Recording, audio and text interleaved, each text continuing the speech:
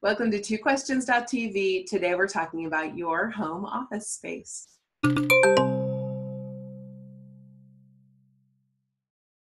Welcome to twoquestions.tv. I'm your host, Susan Baroncini-Moe, and today I thought I would take a moment out to talk about your home office space. Why? You may notice if you've watched this show before, I'm not standing up and I'm not behind, there's no curtain behind me. And there's a reason for that. So I just reorganized my entire office space. I'm no longer working on a treadmill desk. So if you've watched this show before, you've seen probably a few times I've mentioned I do my interviews standing on a treadmill desk. And I often use a treadmill desk, but something's changed. I had surgery on my hip about a year ago, and my hip doctor recently said, I don't mind you standing up. I think it's great for you, and I think it's great for you to walk and run, but I don't want you doing it on a treadmill. That's not going to be great for your particular hip. So now, walking, running, treadmills, I don't know about anybody else's hip. I only know about mine. And so the doctor said, probably not great for me. So I will be switching over to working on my bicycle desk, which I kept downstairs. Now I'll be bringing up to my office. And we're kind of in the process of the desk for the treadmill has been dismantled. I'm sad about that. And I'm sad my husband built it for me. It's really lovely. And so that's been dismantled now, and the treadmill desk is on its way to a new home. We're working on that too. But at the moment, suffice to say, my office is in a little bit of chaos because there wasn't enough time to rearrange everything and do all the things we needed to do before I had to record the show today.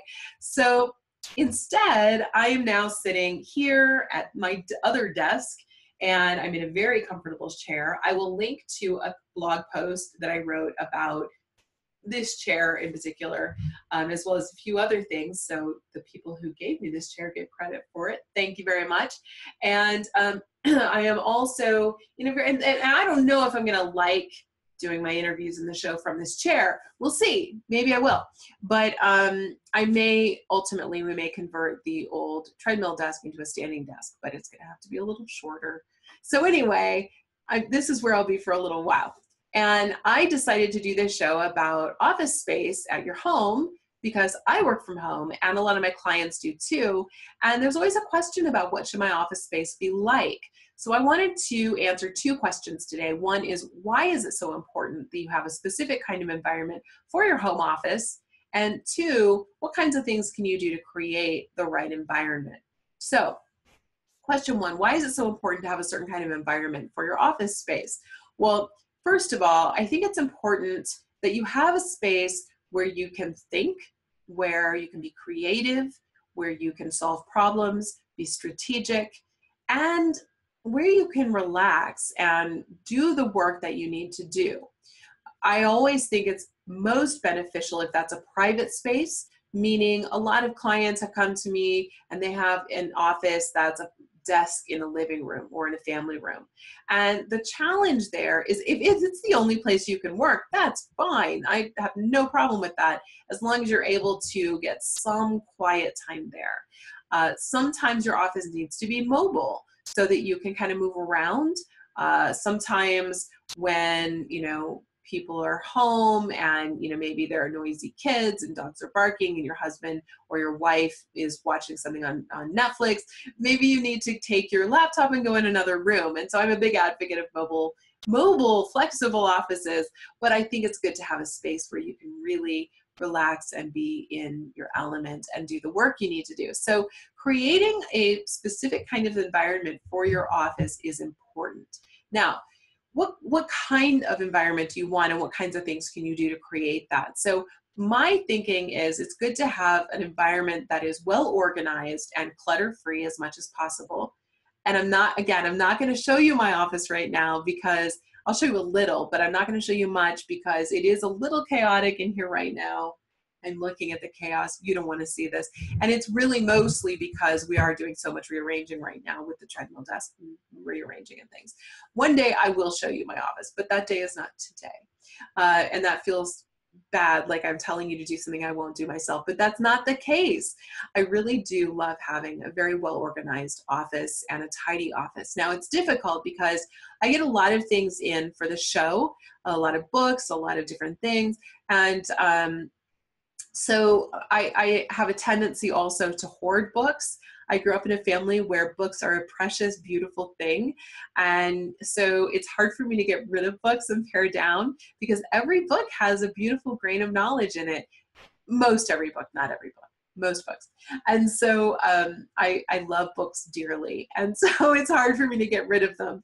And I also love having them at my fingertips when I'm working. When I'm working with clients, if I remember something from a book and I want to make sure I quote it correctly, I can just grab the book and find it quickly. So it's hard for me to be clutter-free and to be tidy because I have so many books and there's so much coming in for the show. But I do think it's important to have as organized and tidy a space as possible. When I was growing up, my dad told me that if you have a messy room, he said, how can you possibly do your homework and get good grades? Because you can't think clearly in a messy space.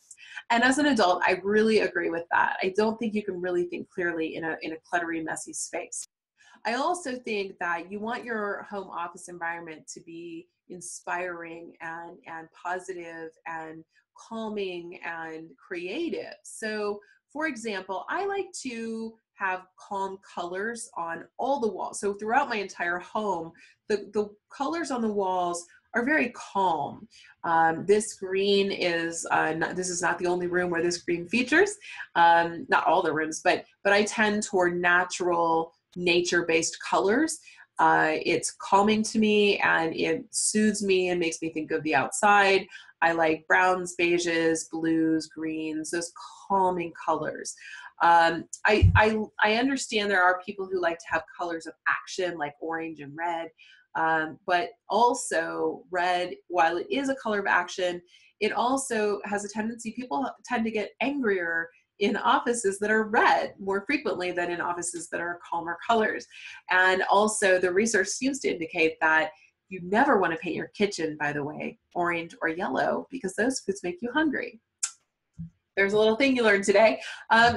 Yeah, if you ever look at fast food signs, their colors, you want to avoid those in your office. You'll be hungry and angry.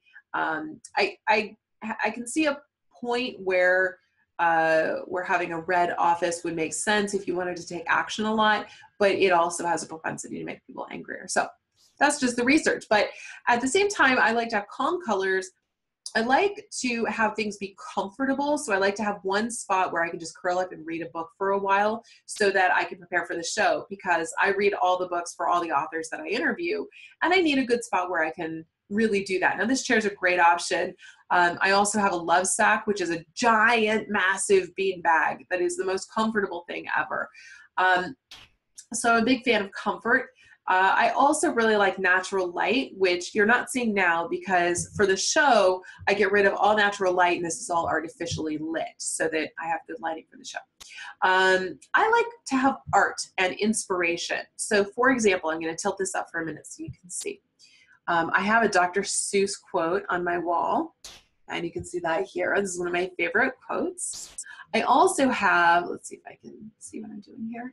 I also have this very intentional owl. He looks, to me, this owl, you could see it as angry, but I see it as very determined. And actually the artist is my cousin, and his artist's name is Basso Fibonacci. So I'm going to link to his website as well.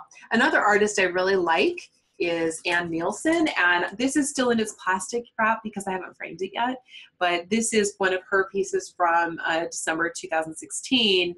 She creates these kind of abstract watercolor angel pieces that are very calming and inspiring. I find them just really lovely, and I highly recommend her art as an office piece.